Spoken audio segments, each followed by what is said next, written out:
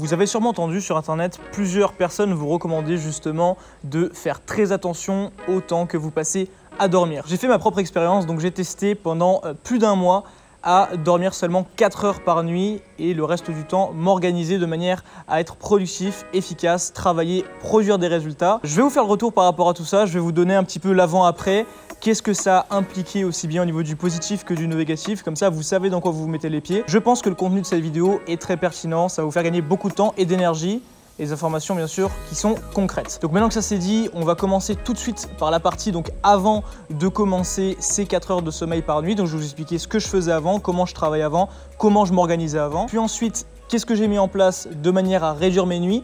Et enfin, quel a été le résultat au bout de un mois. Donc tout ça vous saurez, je vais vous dire également ce que je fais aujourd'hui. Donc on est parti. Alors premièrement, avant de commencer tout ça, je dormais 8 à 10 heures par nuit, donc je me couchais vers minuit, donc minuit heure de Thaïlande, ce qui fait à peu près 18 heures heure de France, et puis je me levais vers 8 heures, entre 8 heures et 10 heures heure de Thaïlande, donc dans la nuit heure de France. Sachant que moi je travaille en ligne, eh bien je peux justement, on va dire, profiter de ce décalage horaire. Tout ce que je vais mettre en place dans ma matinée va me permettre de pouvoir travailler dès le réveil des personnes qui bossent en France, et donc du coup c'est assez pratique, ça me permet de m'avancer. Donc voilà pourquoi je travaillais avec ce rythme-là. En général, je me levais, je faisais mon sport, puis après, je mangeais et je partais au bureau. Donc j'habitais à Bangkok à ce moment-là. C'est ce que je faisais. Je rentrais le soir à peu près vers 19h, 20h du bureau et puis je me couchais à minuit tous les jours. Alors par rapport à ça, j'avais un rythme de travail qui était plutôt productif, mais j'avais envie d'aller pousser un petit peu, de me repousser dans mes limites et de voir jusqu'où je pouvais aller si je gagnais justement 4 heures de plus, 4 à 6 heures en réalité, sur ma journée. Pour qu'on fasse un schéma assez rapide, si on dort 8 heures par jour, ça veut dire qu'on a 16 heures d'efficacité, 16 heures où on est actif. 16 heures où on est actif, ça ne veut pas dire qu'on va produire ou qu'on va avoir des résultats. Ça veut simplement dire qu'on est éveillé.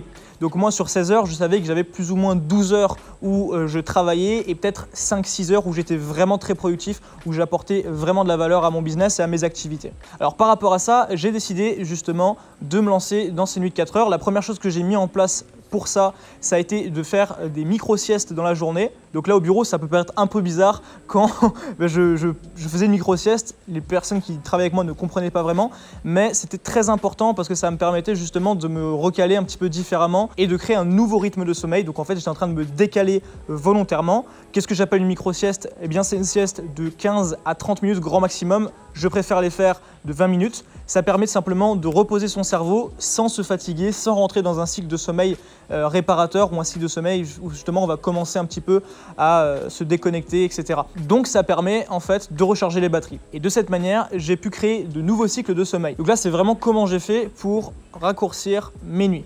Alors ensuite, ce qu'il faut savoir, c'est que j'ai pris l'habitude de me coucher un peu plus tard. Donc le rythme que j'ai fini par trouver, c'était de rentrer du bureau à 4 heures du matin. Donc le temps de faire la route, etc. Je rentrais chez moi, il était 5 heures passées. Et puis le temps que je m'endorme, allait 5h45. Je me levais entre 9h45 et 10h15. Donc j'avais plus ou moins mes 4 heures de nuit. Et là, j'attaquais du coup ma journée. Je vous cache pas que les premières nuits c'était assez compliqué, même s'il y avait l'excitation du nouveau, etc.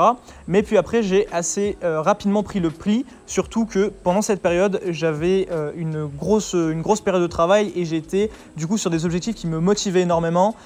Donc au final ça se concordait, on va dire, plutôt bien. Alors qu'est-ce que j'ai mis en place une fois que je me levais du coup vers 9h45, 10h avec 4 heures de nuit seulement?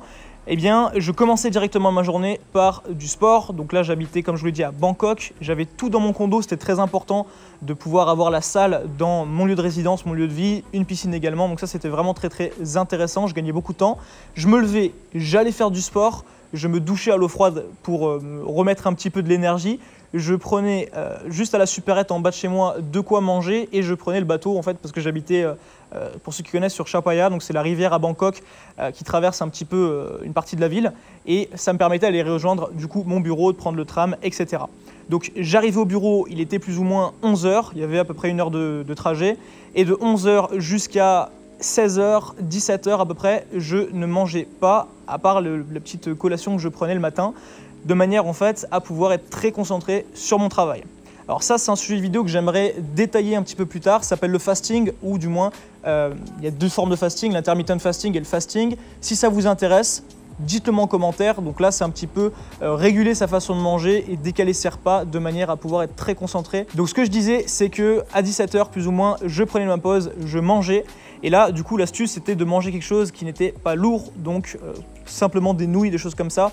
Alors, pas des nouilles instantanées parce qu'il n'y a aucun nutriment, mais pour ceux qui viennent en Thaïlande et qui connaissent un peu la Thaïlande, vous savez qu'il y a pas mal de repas à base de nouilles qui sont assez nutritifs et qui, pour autant, ne pèsent pas lourd dans l'estomac. Donc ça, c'est très important. Je ne vous le dis pas pour raconter ma vie, je vous le dis parce que c'est vraiment très important. Au niveau des cycles de sommeil, je ne pouvais pas me permettre de commencer à fatiguer, on va dire, en plein milieu de ma journée parce que 17 h, c'est ma journée, sachant que je rentrais à 4 h du matin. Vous voyez ce que je veux dire? Donc repas léger, très important. Donc là, de 18 h à minuit, je m'organisais de manière à finir toutes les tâches que j'avais à faire qui étaient assez intensives. Et puis après, de minuit à 4 h du matin, et bien là, je planifiais un petit peu la suite des événements. Je faisais des appels avec mon équipe. Donc 4 h du matin en Thaïlande, c'est 22 h le soir en France. Et minuit, forcément, et bien si je ne me trompe pas, c'est 18 h. Donc voilà, c'était la période où je planifiais toute la suite des choses. Je contactais mon équipe, je prévoyais la suite. Et puis vous l'avez compris, rien de sorcier, 4 h du matin, je quittais le bureau, je rentrais chez moi. Donc voilà le rythme que j'ai adopté. Pourquoi est-ce que je vous ai partagé tout ça?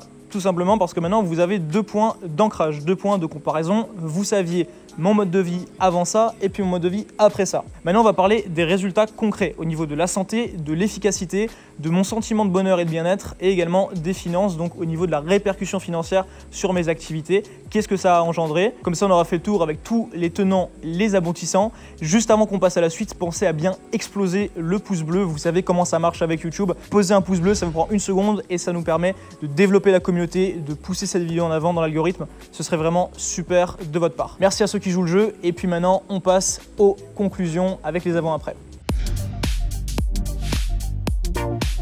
Alors comme je vous l'ai dit, avant d'attaquer cette période de sommeil de 4 heures, ce que je faisais, c'est que j'avais un rythme plutôt monotone, donc 16 heures d'activité plus ou moins, entre 16 et 14 heures de réveil, plus ou moins 12 heures de travail, mais c'était pas 12 heures ultra efficaces. Donc comme je vous l'expliquais, c'était un rythme assez monotone, mais qui fonctionnait plutôt bien. Donc le premier avantage que je vois directement, que je peux souligner, entre le moment où je dormais 8 heures et le moment où je dormais 4 heures, c'est que les journées passent beaucoup moins vite, et ça c'est très très intéressant, parce que au final, on a très peu de temps dans une vie, on a très peu de temps dans une journée, et si on arrive à gagner du temps au final de vie, je pense que c'est 100% rentable et que même peu importe ce qu'on fait, c'est 100% intéressant. Le fait de dormir, on va dire plus que nécessaire, ça n'apporte rien.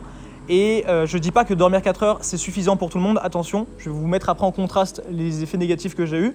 Mais par rapport à ce point de vue-là, c'était ultra rentable de ne dormir que 4 heures. Beaucoup plus de temps de vie, beaucoup plus d'expérience. Et surtout, j'ai pu vraiment énormément avancer sur mon travail. Les résultats financiers, je vous en parlerai un petit peu plus tard. Mais bon, comme ça on est clair, ça m'a permis d'exploser sur le mois. Alors deuxième point que j'aimerais couvrir au niveau de la santé. Parce que je vous ai expliqué également rapidement que j'avais changé mes habitudes de repas en même temps. Donc là, c'est le fasting, etc. Mais c'est un autre sujet.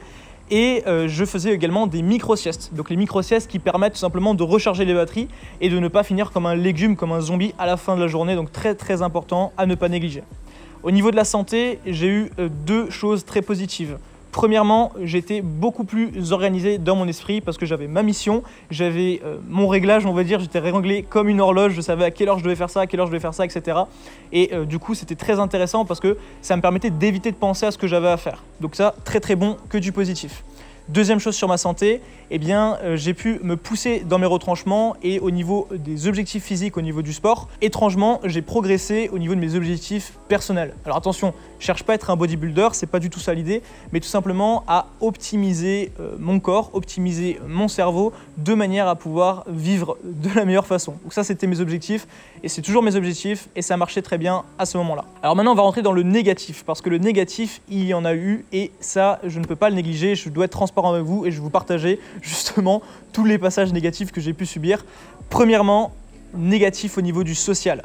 Ma copine, je ne la voyais plus du tout.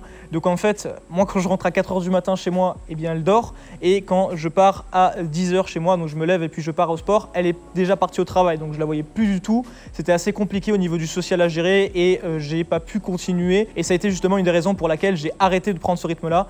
J'avais pas envie de passer le restant de l'année à faire la même chose et à ne voir personne, etc. Donc c'est assez malsain par rapport à ça. Donc comme ça, vous le savez, ça c'est très important. Deuxième chose au niveau de ma santé, et ça au final c'est un petit peu de ma faute aussi, c'est qu'en étant tellement absorbé par mon travail, je sautais parfois des repas et je sautais parfois des micro-siestes, tout simplement parce que je me disais au plus je vais travailler et au plus je vais avoir de résultats. Ça a été une erreur, ça m'a coûté assez cher au final parce que tout le temps où on ne prend pas soin de soi, on va le payer plus tard et je l'ai payé plus tard. Donc sans rentrer dans les détails, ça m'a coûté du temps, de l'énergie et de l'argent de réparer entre guillemets ce temps où j'ai passé à me négliger, parfois au niveau des repas et parfois au niveau des micro-siestes. Donc ça, attention, danger là-dessus, ne faites pas n'importe quoi. Dernier point de cette vidéo, comme ça au moins vous aurez fait le tour. Est-ce qu'aujourd'hui je continue de faire ça ou non? Alors la réponse est non, mais c'est pas un non définitif. Je m'explique. L'idée c'est que aujourd'hui j'intègre quelque chose que je n'intégrais pas avant, c'est mon type de sommeil et mon type de repos. Donc je ne connaissais pas avant. Alors j'ai pas envie de m'étaler là-dessus, il y a des recherches sur internet, etc. Il y a des outils pour tester un peu quel type de sommeil vous avez. Et je me suis rendu compte qu'en fait, eh bien moi je suis productif le soir. Et je suis vraiment productif le soir, je ne suis pas productif le matin par exemple. Donc le matin quand je me lève en général, je suis vraiment sur des tâches qui ne demandent pas d'énergie, où je ne réfléchis pas, ou même je prends du temps pour moi en fait tout simplement. Et puis après, je me mets à travailler en début d'après-midi. Donc en faisant le tenant les aboutissants, ça ne me sert à rien de me lever plus tôt le matin et ça ne sert à rien de me coucher non plus extrêmement tard le soir parce que si je me couche extrêmement tard le soir, j'ai tendance après à me lever plus tard, donc dans l'après-midi et à complètement me décaler. Donc par rapport à ça, je ne fais plus justement ce rythme-là que j'avais et comme je l'expliquais par rapport au social, c'est pas tenable. Dernier point, maintenant qu'est-ce que j'adopte aujourd'hui avec ce recul, avec cette expérience? Eh bien je fais un mélange d'un petit peu tout. Je continue de faire des micro-siestes quand je sens le besoin. Le fait de me doucher à froid, ça fait depuis au moins 8 ans que je fais ça et je continue de le faire parce que ça permet de se remettre les idées en place, etc. Une chose que je continue de faire obligatoirement, c'est du sport. Donc faire du sport, c'est quelque chose qui est extrêmement essentiel à votre bon développement, à être droit dans vos baskets et tout simplement à votre santé. Parce que si vous négligez votre corps, si vous négligez votre esprit, si vous négligez votre santé, vous n'allez nulle part. Notre machine la plus précieuse, c'est notre corps, c'est notre esprit. Et voilà, ça c'est quelque chose que j'ai appris assez durement au final en négligeant certaines fois lors de cette phase-là, ces aspects. Ne le faites surtout pas. Donc aujourd'hui, je résume, j'ai adapté mes cycles de sommeil. Ça va tout simplement varier. Je vais dormir entre 6h et 10h en fonction des périodes et en fonction surtout de la charge de travail que je vais avoir. Et une chose aussi que j'ai mis en place, c'est que j'étale beaucoup plus mes journées de travail au lieu de faire des grosses sessions. Donc par exemple pendant un mois, je vais abattre énormément de travail. Et bien ça, je ne le fais plus. Maintenant, je vais plus organiser mes journées de manière à travailler sur le minimum possible. Parce que le fait de se surmener au travail, c'est quelque chose que je suis en train d'enlever le plus possible de ma vie parce que c'est pas du positif. Ça aide pas spécialement à grandir.